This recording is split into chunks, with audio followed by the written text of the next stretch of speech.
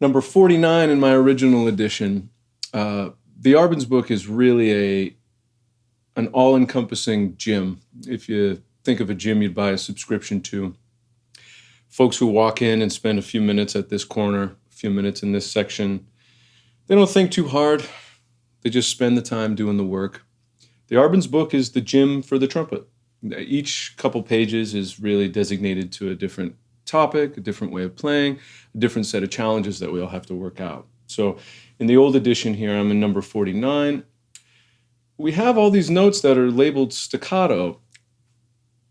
And that's one of the problems, is that a lot of students who show up to the party will interpret that staccato, and I don't think it's their fault, and I don't think it's nonsense.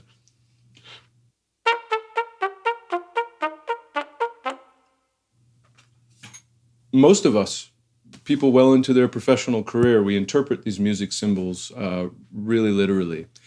And the staccato symbol is something that we should have a bit more interpretation with. So I always like to, as a rule, try to place it somewhere in the middle, not too long, not too short. With this one, I put a little energy into the trumpet and try to give him hell. Not only is the staccato a universal issue, what are the extremes? How short, how long? And if we can figure those out, where's the middle? Not only is that something that we need to learn to dial in with a piece like this, but one of the macro concepts you're probably going to hear me come back to throughout this is that of uniformity. And the Arbin's book really lays this out for us quite well in the first beginnings of the book here. Uniformity. What are the elements of a note, a single note, that can be similar or different than the note before and after it? We have things like length, volume, articulation. So when I play this particular exercise, I'm trying to keep everything as uniform as I can, which becomes an issue since this piece is bouncing between and oscillating between registers of the trumpet, not the extreme registers of the trumpet, but still it's hard enough to try to play all of these notes in order without chasing down the high notes. And when that happens, we usually find certain students, including myself, saying things like this.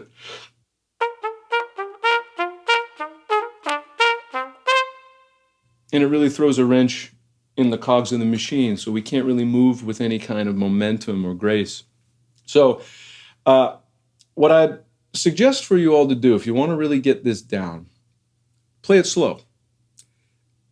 And don't try to chase each individual note down. The low notes are the notes that will save you, and it's actually the low notes that I find to be the hardest, because we need to bounce right off them. We need to hit them with some clarity, some oomph. We need to hit the low notes with enough energy that the high notes can happen more of a consequence rather than a separate decision and effort.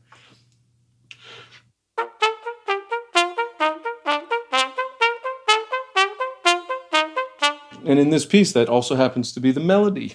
There are a lot of other pieces of music that do that. Bluebells of Scotland at the end of the book is a good example. Uniformity. Try to keep every note the same body, size, shape, volume. Don't chase the high notes down.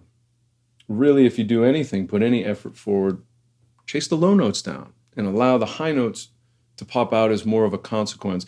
Although you don't want your eventual product to be lopsided. You don't want the bottom notes to therefore to be too heavy and the top notes to be too tiny. So after you work a particular concept, you always have to try to balance it out, temper the thing after you perhaps exaggerate one element of your music in order to make a point, right? Ultimately, what we'd like to do is play our high notes and our low notes with the same setup, or as close to the same setup and embouchure as we can. This is obviously not desired. But I think we know that's quite a common thing. It's easy for any of us to do. So something that I try to do in order to make a piece like this a little bit easier and to feel the distance between both, not only while I slow it down, I'll spend time on the low notes.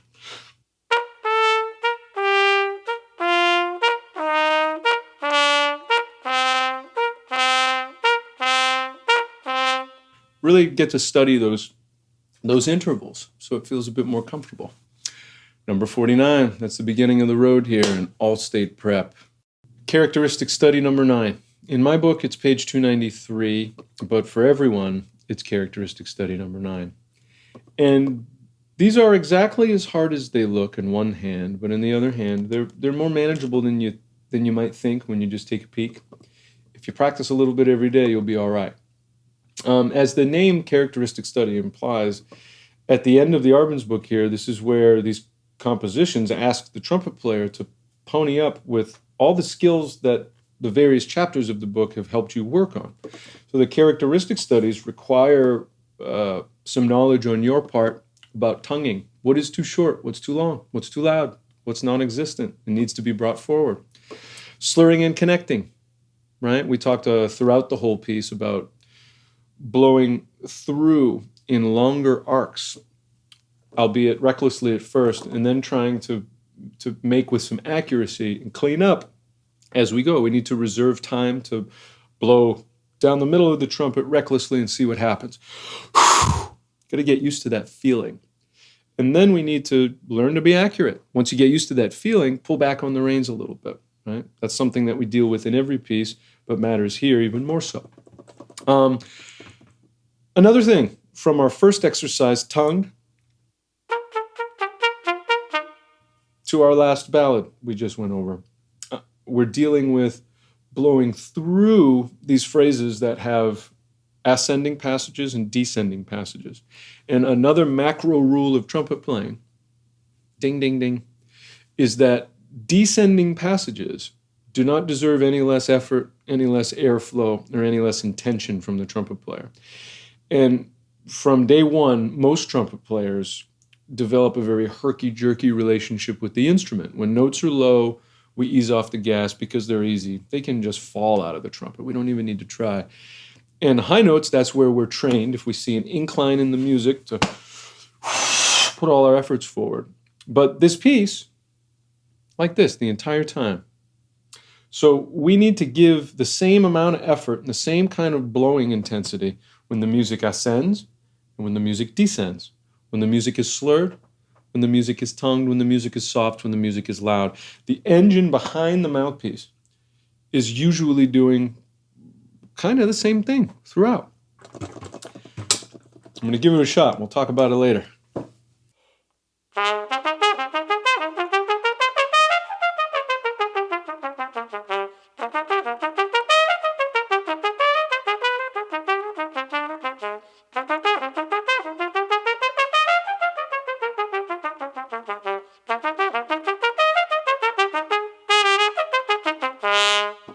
That was just a little bit of characteristic study number 9. Keep in mind, you don't have to do the whole thing. So check the requirements, which are posted clearly online, to know what measure and what note you have to take it till.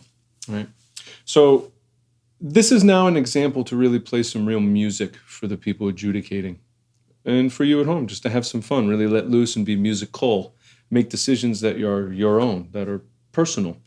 And this is where personality should show up in decision-making about contour of the piece in a big sense. We don't want our personality to show up by accident with unregulated vibrato, unregulated dynamics, right? We want our personality to show up in a very specific element of decision-making. So something that I like to do is when we get to the spot where I just stopped, I like to go forward into the G minor part a little bit faster, with a little bit more intensity, because there's some challenging tonguing here that I think speed might at least make it a little more fun. Maybe don't practice it fast from the beginning, but...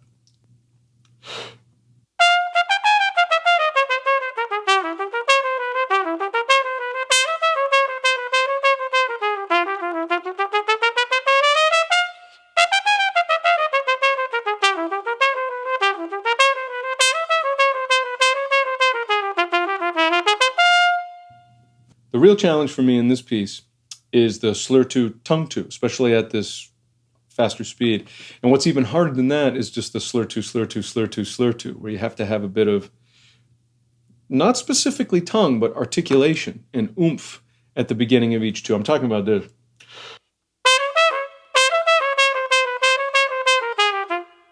So I spend a lot of my time playing jazz music, and I was lucky to study with the great jazz trumpet player Clark Terry, who I hope is very near and dear to a lot of us. But one thing that Clark was a master of was articulating on the trumpet with a wider palette of just T and K, taka taka ta. He had so much color. And the energy for these articulations came not only from his tongue and his face and his throat, but his core, his belly. And Clark liked to call them belly huffs. And while that has a very jazz feeling to it in term and in use, I belly huff to get through this. Tia, tia, tia, tia. Sometimes can be a little too aggressive, or the tongue doing that by itself without the body corresponding in energy and momentum can be a really tricky endeavor. So Clark's belly huffs are as simple as huh, huh, and they're not unique to Clark. That was just his way of talking about it. So in the classical idiom here, I like to put as tiny of a tongue as I can and accompany that with a lot of momentum from my gut.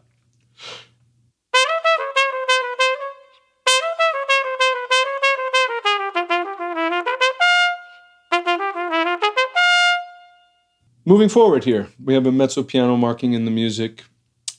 I like to now take an opportunity here rather than just get faster or choose to play this section slower. I like to, from here to the end, use a little bit of variety, a little bit of ebb and flow with the tempo.